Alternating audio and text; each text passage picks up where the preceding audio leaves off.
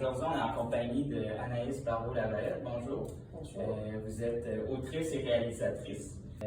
D'abord, on va commencer. On le sait, c'est un temps difficile pour les artistes et les intellectuels. Selon vous, c'est quoi la place que nous devrions accorder pour les artistes et les intellectuels qui n'ont pas facile ces temps-ci? Mais je pense que c'est facile pour personne, mais j'ai l'impression que on a toujours des choses à dire. Ce qui est peut-être un petit peu difficile, c'est qu'on est dans un monde où il y a beaucoup de mots, beaucoup d'images. Moi, j'inviterais les artistes et les intellectuels en général à se questionner sur quand ils ont vraiment quelque chose à dire. Peut-être redonner de la valeur à la parole puis à la pensée de cette façon-là pour ne pas se noyer dans un bruit qui finalement éteigne la singularité de certaines pensées. Puis je trouve que, on se le fait dire par les scientifiques qu'on a besoin du regard des artistes pour faire passer le savoir de la tête au cœur. Donc, j'inviterais les artistes, c'est ça, à essayer de se mêler, à réécrire l'imaginaire collectif. Vous avez parlé, j'aimerais mentionner que j'étais présent au Sommet Jeunesse sur les changements climatiques. Vous avez fait une conférence. Vous avez parlé du lien entre scientifiques et artistes. Selon vous, qu'est-ce que les artistes ont à apprendre des scientifiques? Oui, et vice-versa. Non, c'est ça. Ça, c'est beau parce que je le découvre depuis récemment. Les artistes ont tout à apprendre des scientifiques dans le sens où leur savoir est infini puis tellement spécialisé que c'est fascinant pour tout le monde. Mais je pense que les artistes ont, je parle pour moi d'ailleurs, arrêté d'être intimidés par le savoir scientifique parce que finalement, l'art et la science se côtoient de beaucoup plus près qu'on peut l'imaginer en fait. Les scientifiques nous ont dit qu'ils avaient besoin des artistes pour justement mettre en mots et en cœur leur savoir. Donc je pense que vraiment en mélangeant toutes ces têtes-là et tous ces cœurs-là, on peut arriver à des discours beaucoup plus qui sont des vecteurs de changement en fait. C'est à partir du savoir un peu des fois opaque des scientifiques, quand ça descend dans l'art, ben, ça peut participer au changement. Tout est dans tout. Tout est dans tout, mais ça se parle en fait. C'est ça.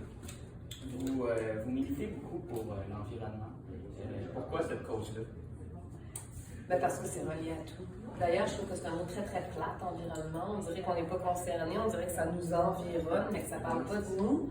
C'est pas ça. Je milite pour le vivant, puis je m'inclus là-dedans, j'inclus tout ce qui bouge, j'inclus toute la vie, puis je veux dire, je pense qu'il faudrait aussi, c'est pour ça que moi j'accorde une bonne importance au mot, j'écris, puis je me dis, je trouve que l'environnement ça a été mal choisi, il faudrait qu'on redéfinisse cette affaire-là. Je milite pour la vie, point.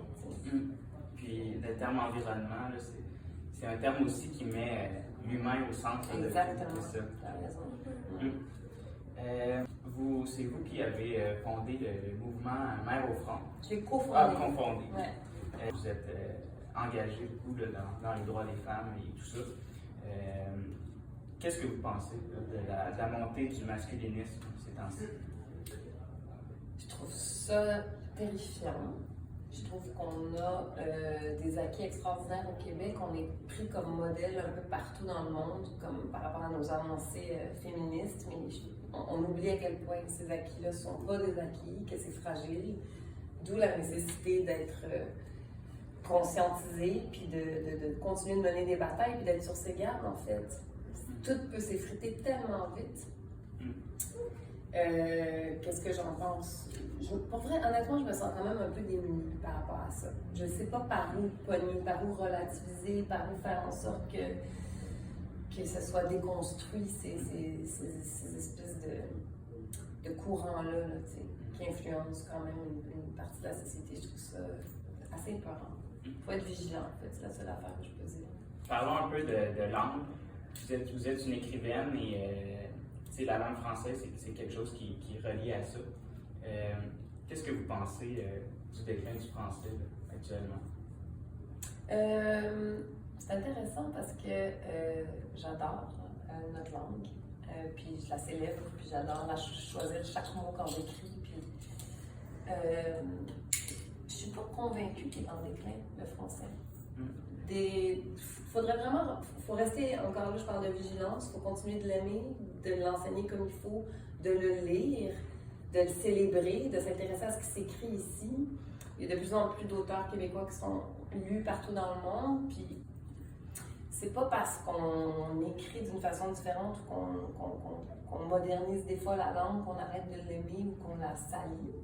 Tu sais, je suis pas une experte du tout de cette question-là, mais je suis pas certaine que si on regarde les chiffres, il y a vraiment un effritement de la langue française. Mais chose certaine, il faut qu'on soit... Mais ce qui est en train de se passer aux États-Unis, c'est quand même, il y a un aspect positif, c'est que autant il y avait eu le panier bleu pendant la pandémie, c'est que là, on se referme à la culture américaine, états-unienne, en fait, puis on se remet à s'intéresser à ce qui se fait ici, à ce qui s'écrit, à ce qui se pense, à ce qui se dit, ce qui est bien, si on peut se reporter vers la littérature locale, puis vers des films locaux, puis il y a tellement de belles affaires qui se font ici, ce serait formidable que ça puisse avoir au moins cet impact-là.